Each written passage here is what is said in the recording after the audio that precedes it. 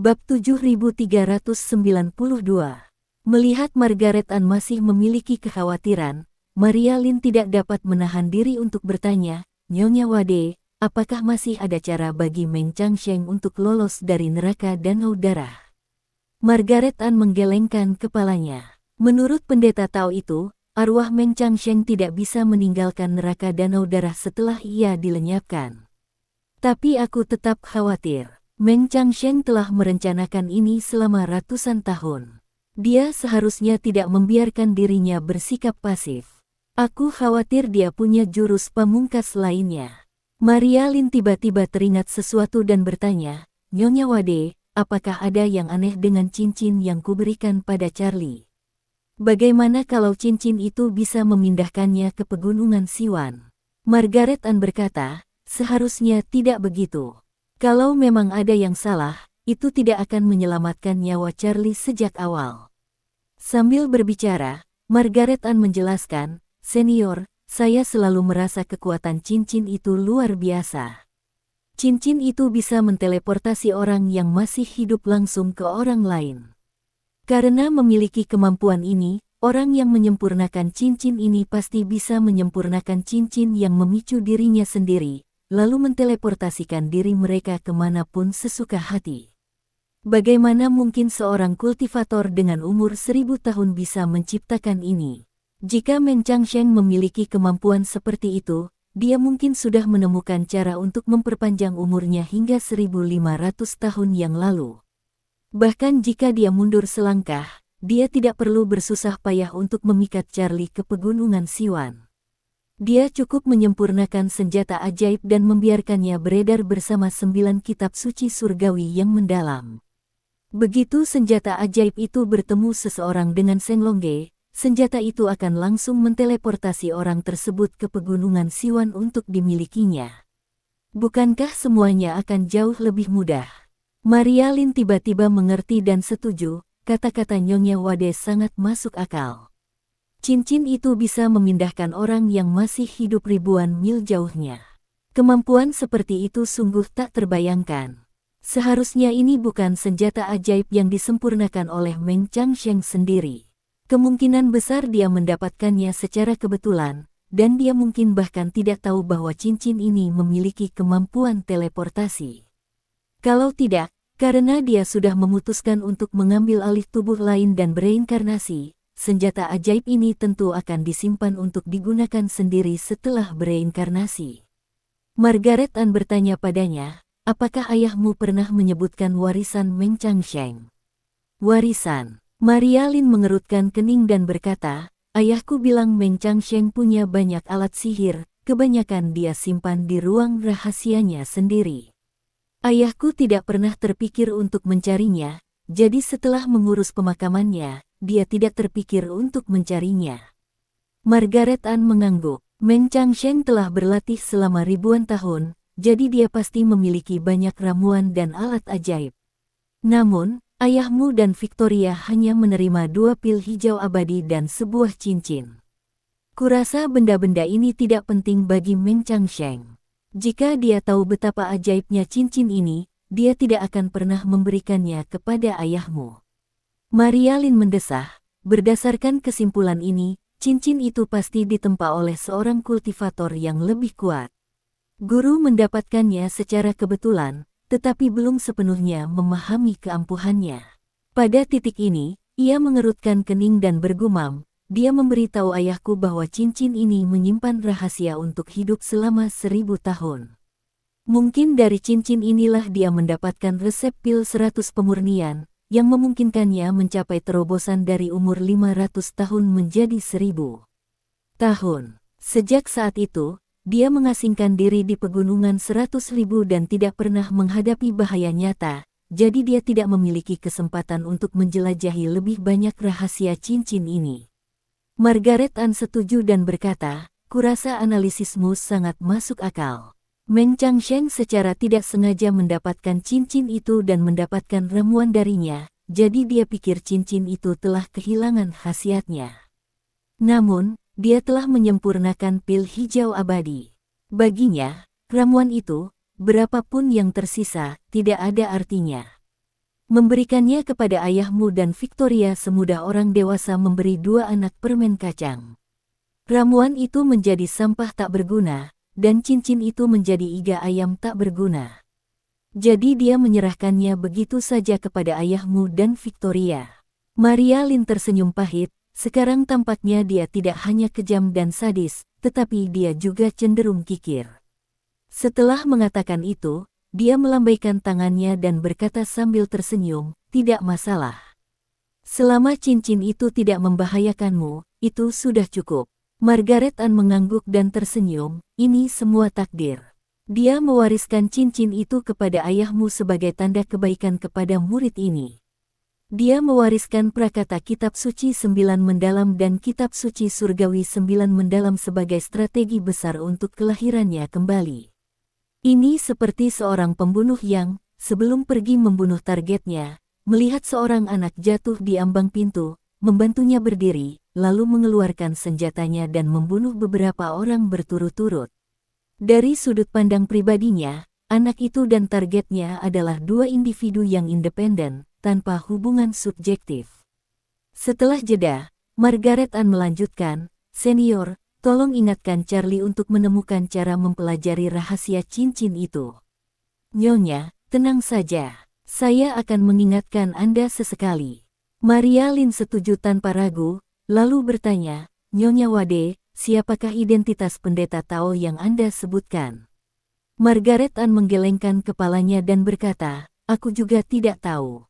Dia tiba-tiba muncul untuk mengingatkanku, tetapi dia tidak mengungkapkan informasi yang berguna.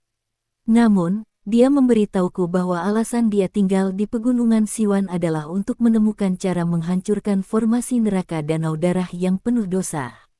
Maria Lynn berkata dengan lega, "Ini bisa dianggap sekutu potensial, Tuan Muda. Mungkin dia bisa membantu Anda di masa depan." "Ya," kata Margaret Ann, "mungkin suatu hari nanti, Charlie juga akan bisa menerima bimbingannya." Maria Lynn mengangguk, melihat jam, dan berkata, "Nyonya Wade, sudah malam. Saya harus bersiap kembali. Seorang gadis muda sudah lama di sana. Kalau ada yang memperhatikan, mungkin mereka akan menyadari sesuatu." Sambil berbicara, Maria Lynn kembali menertawakan dirinya sendiri dan berkata, "Aku selalu malu-malu dan berhati-hati. Aku hanya mengolok-olok Nyonya Wade." Margaret Ann sama sekali tidak menganggap Maria Lynn pemalu. Sebaliknya, ia berkata dengan serius, "Senior, Anda benar sekali. Kita seharusnya tidak pernah ceroboh dalam hal apapun. Karir banyak orang telah hancur hanya karena 1 atau 2 kesalahan ceroboh. Senior, Anda sendirian, namun Anda telah membuat Victoria mencari selama lebih dari 300 tahun dengan sia-sia. Hal ini saja membuat saya bersujud kepada Anda. Saya sungguh merasa terhormat dapat berbicara secara terbuka dan bertatap muka dengan Anda hari ini." Maria Lynn tersenyum tipis, perlahan berdiri, membungkuk sedikit, dan berkata, "Nyonya Wade, Anda sungguh baik." Ketika Margaret Ann dan orang-orang di sekitarnya melihat Maria Lynn berdiri, mereka pun segera berdiri dengan ekspresi hormat di wajah mereka. Margaret Ann memberanikan diri dan berkata kepada Maria Lynn, "Senior, aku ingin meminta bantuanmu. Kuharap kau bisa membantuku." Maria Lynn mengangguk, "Nyonya Wade, silakan bicara." Margaret Ann berkata dengan hormat, "Sebelum junior ini bertemu Charlie dan keluarganya, aku harap kau, senior, tidak menceritakan pertemuan kita kepada Charlie sebelum junior ini dan aku saling mengenal." Maria Lynn setuju tanpa ragu, berkata, "Jangan khawatir, Nyonya Wade. Kami berdua sudah lama bersembunyi, dan saya mengerti perasaan Anda. Saya tidak akan pernah mengungkapkan sepatah kata pun kepada Anda, Tuan Muda." Maria Lynn tahu bahwa kasih sayang keluarga seringkali memengaruhi rasionalitas dan penilaian seseorang. Hal ini berlaku bagi Margaret Ann, dan terlebih lagi bagi Charlie. Selama bertahun-tahun, ia telah membesarkan begitu banyak anak dan menjalin hubungan ibu anak dengan sebagian besar dari mereka, tetapi ia tak pernah mengatakannya dan tak pernah menunjukkannya. Ia selalu menjaga jarak dari anak-anak ini di dalam hatinya.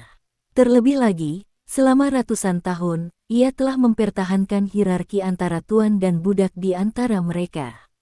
Bahkan para pria tua seperti Lao Parker, Lao Sun, dan Sarang Shan yang berusia 80-an tahun pun masih harus memanggilnya Nona dengan hormat di hadapannya. Inilah aturan yang ditetapkan Maria Lin untuk mereka, dan juga jarak aman yang dijaga Maria Lin antara mereka dan dirinya sendiri. Mendengar persetujuan Maria Lin, ia menghela napas lega dan dipenuhi rasa terima kasih. Ia membungkuk kepada Maria Lin dan berkata dengan sungguh-sungguh dan hormat, "Terima kasih, senior, atas bantuanmu."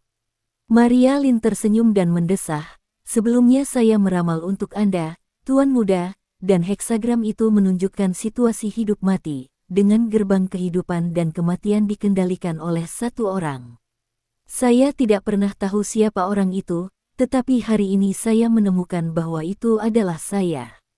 Sebelum saya datang ke sini, saya masih ragu untuk berbagi analisis saya dengan Anda, Tuan Muda, tetapi setelah banyak keraguan, saya memutuskan untuk datang dan menyelidiki. Sekarang sepertinya saya memilih gerbang kematian." Margaret Ann hanya bisa menghela napas, "Senior, Anda ahli strategi dan sangat bijaksana. Jika saya bisa bersekutu dengan Anda dan diam-diam membantu Charlie, itu pasti akan sangat bermanfaat bagi Charlie. Bagaimana menurut Anda, senior?"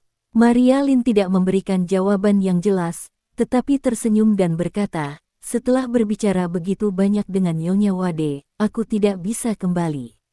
Jika kau mengetahui semuanya dan menyalahkanku di kemudian hari, aku hanya memintamu untuk memberikan beberapa kata-kata yang baik untukku dan jangan biarkan dia menyimpan dendam padaku." Margaret Ann segera mengerti dan langsung mengerti pikiran Maria Lin. Di hati Maria Lin, hidup atau mati Victoria tidak lagi penting. Ia hanya peduli pada Charlie sekarang. Yang lainnya tidak penting. Saat itu, hatinya dipenuhi perasaan campur aduk, tetapi ia segera pulih dan berkata dengan penuh syukur, "Terima kasih atas bantuanmu, senior. Aku akan bertukar informasi kontak denganmu agar kita bisa tetap berhubungan jika terjadi sesuatu di masa mendatang." Sambil berbicara, Margaret Ann mengeluarkan ponsel dan berkata kepada Maria Lin, "Senior, untuk menghindari risiko, saya telah melepas kamera depan dan belakang, mikrofon, dan modul GPS.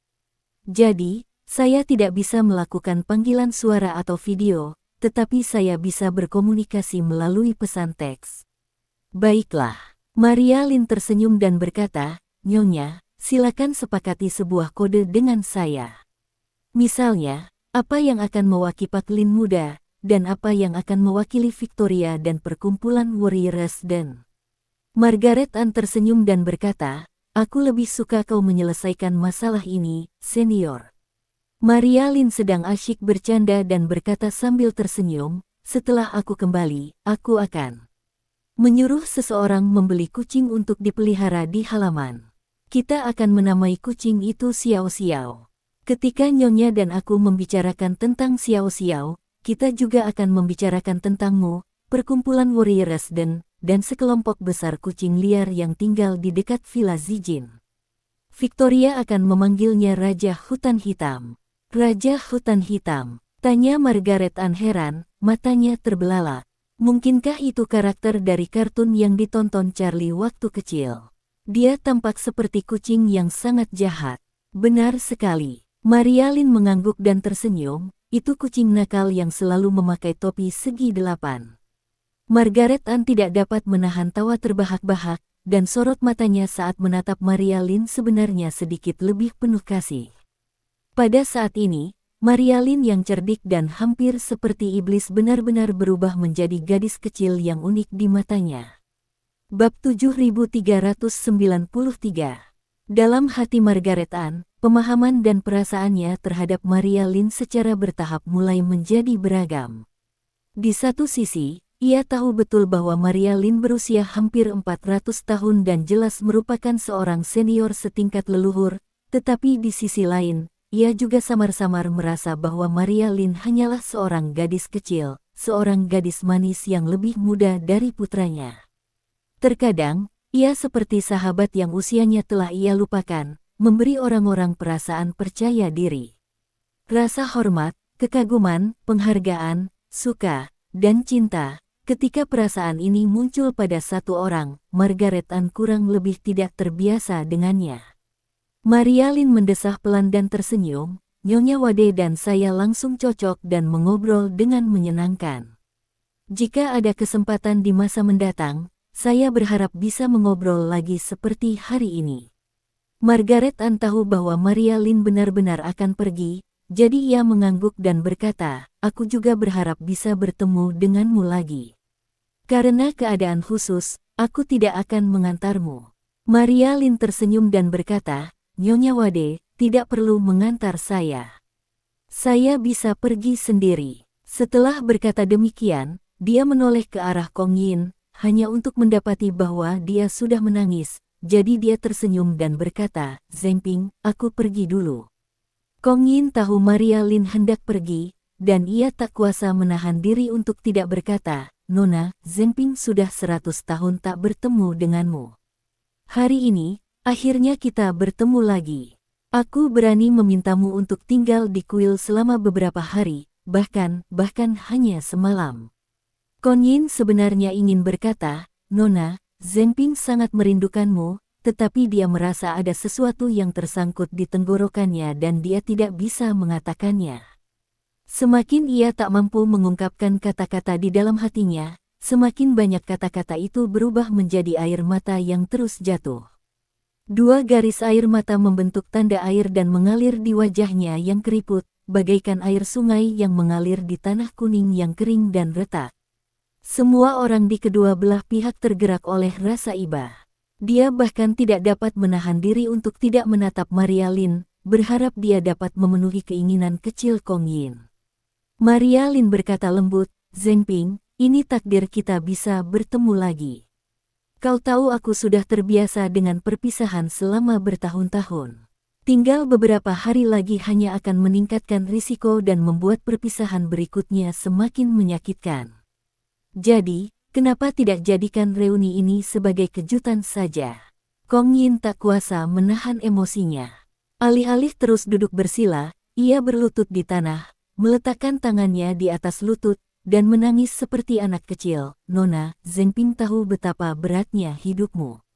Zheng Ping seharusnya tidak pernah meminta seperti itu, hanya saja. Ucapan Kong Yin terputus-putus karena menangis. Hanya saja. Zheng Ping punya firasat bahwa dia telah hidup lebih dari 120 tahun, kiamat sudah dekat. Nona, dalam 100 tahun terakhir kehidupan Zheng Ping, kenangan paling awal adalah di pelukmu. Sekarang, karena akhir sudah dekat, Zheng Ping berani berharap bahwa kenangan terakhir dalam hidupnya akan tetap bersama wanita muda yang menemani Zheng Ping. Kalau begitu, Zheng Ping bisa mati tanpa penyesalan." Setelah berkata demikian, sebelum Maria Lynn sempat mengatakan apapun, dia merasakan sakit yang tajam di hatinya, pandangannya menjadi gelap, dan dia terjatuh ke samping. Maria Lynn tanpa sadar ingin membantunya berdiri, tetapi ia tidak secepat itu. Di sisi lain, Tuan Jingqing dengan cepat membantu Kong Yin berdiri. Melihat wajah pucat dan bibir seputih kertas, ia berpikir ada yang tidak beres dan bertanya dengan khawatir, "Tuan Kong Yin, Anda baik-baik saja?" Yang lain juga menatap Kong Yin dengan gugup, takut terjadi sesuatu padanya. Maria Lynn menggigit bibir bawahnya, merasa tertekan seperti orang lain. Pada saat ini, Kong Yin tiba-tiba membuka matanya, menatap Maria Lynn, dan berkata dengan senyum yang sulit, "Nona, Anda harus menjaga diri Anda sendiri." Jantung Maria Lynn berdebar kencang. Ia menyadari bahwa waktunya telah berakhir, dan air mata langsung mengalir dari matanya. Seketika, ia mencondongkan tubuh ke depan, tanpa ragu mengambil sebuah pil, lalu menyodorkannya ke mulut Kong Yin. Ia tersenyum seperti sedang membujuk anak kecil dan berkata, "Zheng Ping, jadilah anak baik. Minumlah pil ini dan semuanya akan baik-baik saja." Kong Yin memaksakan senyum dengan susah payah dan berkata dengan suara gemetar, "Waktu aku waktu aku sakit waktu kecil, nona muda itu selalu membujuk Zheng Ping untuk minum obat seperti ini. Obat yang diracik nona muda itu sangat pahit, begitu pahit, sehingga setelah meminumnya, seluruh tubuhku tak kuasa gemetar, tapi, setiap kali benar-benar manjur untuk menyembuhkan penyakitku. Sambil berbicara, Kong Yin menarik napas dalam-dalam beberapa kali dan melanjutkan, tapi kali ini berbeda, Nona, batas waktu Zheng Ping benar-benar telah tiba. Maria Lin menyeka air matanya dan berkata dengan serius, kali ini sama saja. Minumlah pil ini dan semuanya akan baik-baik saja. Ini pil peremajaan yang diberikan tuan muda kepadaku. Pil ini bisa menambah 20 tahun umurmu. Minumlah dan kau akan kembali seperti semasa kecil. Semua orang di sekitar terkejut. Pil peremajaan, siapa yang tidak tahu khasiat dan nilainya? Margaret Ann semakin tahu bahwa kakak laki-lakinya telah menghabiskan ratusan miliar dolar AS tetapi masih gagal membeli satu pil peremajaan pun. Charlie memberikan pil peremajaan itu kepada Maria Lin, dan itu pasti pil penyelamat baginya. Tetapi Maria Lin langsung mengambilnya tanpa ragu dan hendak memberikannya kepada Kong Yin. Tepat ketika semua orang terkesan oleh Maria Lin dan berbahagia untuk Kong Yin tersenyum dan menggelengkan kepalanya, berkata, tidak, Nona. Saya merasa Sang Buddha sepertinya datang untuk membawa saya pergi. Maria Lin berteriak dengan tegas, aku tidak akan membiarkanmu mati, bahkan Buddha sekalipun. Zheng Ping, minum pil ini sekarang juga. Kalau tidak, jangan salahkan aku karena menyuruh seseorang membuka paksa mulutmu dan menyuapimu pil itu. Kong Yin menggelengkan kepalanya sekuat tenaga, menatap Maria Lin dan terisak-isak, Nona, biarkan Zheng Ping pergi begitu saja. 125 tahun hidupnya, dan masih memilikimu di sisinya di akhir hidupnya, adalah kesempurnaan yang sesungguhnya, dan itulah berkah yang Zheng Ping dapatkan sepanjang hidupnya. Wajah Maria Lin jarang sekali dipenuhi amarah, dan ia memarahinya dengan kasar, Zheng Ping, kau bahkan tidak mendengarkan apa yang dikatakan nona muda ini, kan? Kalau kau tidak minum obat, aku yang akan bertindak. Kong Yin menggelengkan kepalanya dan berkata dengan serius, Nona, Zheng Ping tidak berani. Hanya saja Zheng Ping tidak mau hidup 20 tahun lagi, 125 tahun, di dunia sekuler, sudah sangat langka. Seluruh Jepang tahu usia Zheng Ping. Jika Zheng Ping hidup 20 tahun lagi, musuh Nona pasti curiga, Zheng Ping tidak mau menyakiti Nona. Saat ia berbicara, ia berada di ambang kematian. Di akhir hayatnya, ia terisak, Nona, Zheng Ping akan menjadi bintang paling terang di barat, seperti yang kau katakan padaku saat kau masih kecil. Maria Lin menangis, Zheng Ping, minumlah obatnya. Selama 20 tahun ke depan, kau bisa mencari tempat di mana tak seorang pun mengenalmu dan menyembunyikan identitasmu. Hidup selalu merupakan hal yang baik. Bukankah kau memintaku untuk tinggal beberapa hari? Jika kau minum obatnya, aku akan tinggal di sini beberapa hari lagi, oke? Mata Kong Yin sudah dipenuhi air mata keruh saat itu. Ia menggelengkan kepalanya mati-matian untuk menghapus air matanya, tetapi tak lama kemudian air matanya kembali menggenang tak terkendali. Dia menatap Maria Lin yang sosoknya sudah kabur, lalu berkata sambil tersenyum, Nona, maafkan Zheng Ping karena tidak bisa mematuhi perintah Anda kali ini. Maria Lin memegang pil di tangannya, sambil berjuang dalam hati. Dia ingin sekali mencekoki Kong Yin dengan obat, tetapi dia tahu bahwa Kong Yin sudah bertekad dan khawatir kalau dipaksa hidup 20 tahun akan menjadi beban baginya. Kong Yin tahu perjuangan Maria Lin dan berkata sambil tersenyum, Nona, lepaskan, kau bilang sebelumnya, kau selalu harus melepaskan dan biarkan kami terbang dan menyebar. Sekarang kumohon, lepaskan Zheng Ping, pergi dan lihatlah saudara-saudari itu. Air mata Maria Lin mengalir deras di wajahnya, tetapi ia mengangguk tegas. Kemudian, ia menggenggam tangan Kong Yin yang setua kulit pohon, dan menangis. Kalau begitu, ingatlah untuk menyapa mereka. Kong Yin tersenyum penuh arti, langsung merasa rileks, lalu meraih tangan Maria Lin dan berkata, "Jangan khawatir, Nona, jangan khawatir." Setelah mengatakan ini, ia menatap Jingqing dengan puas dan berkata, "Guru Jingqing, tolong beritahu Yuan Cheng untukku, bahwa setelah aku meninggal, di batu nisanku, jangan mengukir nama dharmaku. Ukir nama duniawiku, Saito Masa, Saito Sohei, ini adalah nama yang diberikan wanita muda itu kepadaku." Melihat pemandangan ini, Jingqing tidak bisa menyembunyikan rasa sakit hatinya dan berkata dengan sungguh-sungguh, "Tuan Kong Yin, jangan khawatir, saya pasti akan menyampaikan ini kepada Anda." Kong Yin mengangguk, lalu menatap Maria Lin lagi, menggunakan sisa tenaganya untuk berkata, "Nona, kau harus menjaga dirimu sendiri. Kau harus hidup sampai akhir hari terakhirmu. Kau harus ingat untuk menikmati hidup, alih-alih tidak membabi buta, memberi kepada orang lain." Setelah dia selesai berbicara, pupil matanya berangsur-angsur membesar dan dia menjadi lemas hingga dia kehilangan semua tanda-tanda vitalnya. Namun, tidak terlihat sedikit pun rasa sakit atau keengganan di wajah Kong Yin, melainkan senyum puas dan berpikiran terbuka.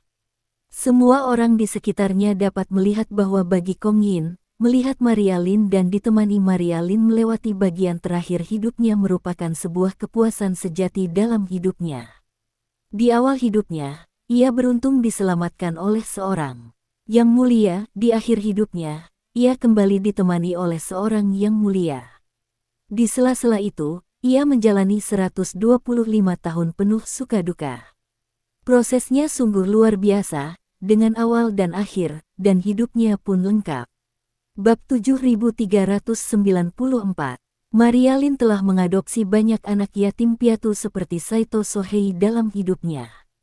Selain berusaha keras membesarkan dan mendidik mereka, Maria Lin juga memberikan bimbingan dan bantuan kepada banyak orang dalam perjalanan hidup mereka. Beliau memiliki pengalaman hidup yang kaya dan berpendidikan tinggi. Beliau jelas merupakan guru terbaik di dunia. Dalam mendidik anak-anak ini, beliau tak pernah ragu untuk berbagi ilmu dan pengalamannya. Oleh karena itu, meskipun anak-anak yang beliau besarkan berasal dari latar belakang yang sederhana atau bahkan mengalami kesulitan, kebanyakan dari mereka perlahan-lahan menjadi berbakat di berbagai bidang. Selama bertahun-tahun, Maria Lin telah memperoleh banyak kekayaan, tetapi sebagian besar kekayaan itu diberikan kepada anak-anak ini tanpa meminta imbalan apapun, hanya untuk membuat hidup mereka cemerlang. Jika kita meringkas apa yang telah dilakukan Maria Lin dalam 300 tahun terakhir, terlepas dari tema abadi melarikan diri, sisanya hampir seluruhnya tentang menabur benih cinta di dunia. Anak-anak yang dibesarkannya juga tahu bahwa, selain melarikan diri dari kehidupannya sendiri, ia terus-menerus mengabdikan dirinya kepada orang lain. Beliau telah membesarkan berbagai generasi orang di berbagai tempat dengan identitas yang berbeda-beda. Beliau juga telah membantu berbagai generasi orang di berbagai tempat dengan identitas yang berbeda-beda, seperti Nona Saito di Kyoto. Beliau bagaikan perawan Maria di mata orang-orang miskin. Setiap kali orang baik menghadapi kesulitan, Nona Saito akan mengulurkan tangan membantu. Pada tahun-tahun itu, anak-anak dari keluarga miskin di Kyoto tidak iri pada putra-putri pejabat dan pengusaha kaya, melainkan pada anak-anak yatim piatu yang diadopsi oleh Nona Saito. Kemudian, Nona Saito meninggalkan Jepang dan tidak seorang pun tahu kemana dia pergi, tetapi kisahnya telah diwariskan dari generasi ke generasi di antara generasi tua di Kyoto.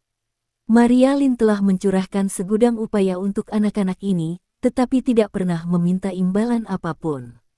Kecuali orang-orang seperti Lau Parker yang tidak berambisi dan hanya ingin melayani wanita muda itu seumur hidupnya, Maria Lin jarang mengganggu kehidupan orang-orang ini. Tidak mengganggu mereka bukan hanya karena dia tidak ingin menimbulkan masalah bagi mereka, tetapi yang lebih penting, Maria Lin telah berusaha sekuat tenaga untuk menghindari perpisahan antara hidup dan mati. Putra-putri angkat itu pada akhirnya akan menua sebelum dirinya. Ia tak ingin menghadapi rasa sakit perpisahan abadi, jadi ia mewariskan seluruh kekayaan keluarganya kepada mereka dan membiarkan mereka menjalani kehidupan indah mereka sendiri. Ia akan menghilang dari kehidupan mereka di masa-masa terbaik mereka dan tidak akan pernah menghubungi anak-anak ini lagi sejak saat itu. Dengan begitu, ia tak perlu menyaksikan anak-anak yang dibesarkannya meninggal di hadapannya. Saya datang menemui Kon Yin hari ini karena saya ingin menyelidikinya, tetapi saya tidak menyangka bahwa saya secara tidak sengaja akan menemani Kon Yin melalui perhentian terakhir dalam hidupnya.